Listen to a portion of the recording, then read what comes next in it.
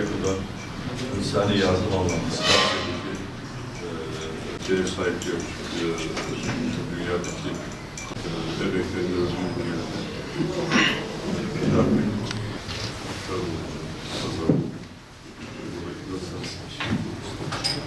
için şu anda birinci gündem maddesi test.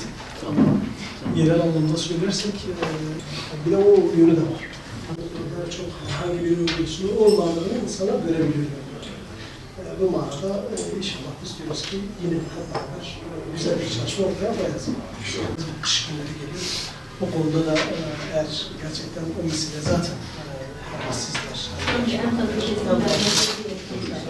O var.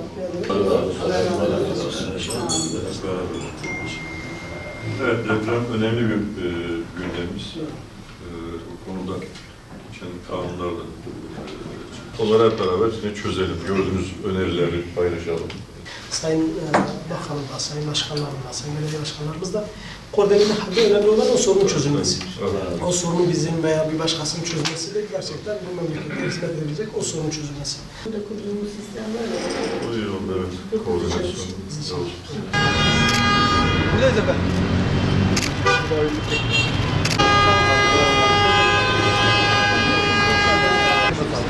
Başkanım. Selamun aleyküm.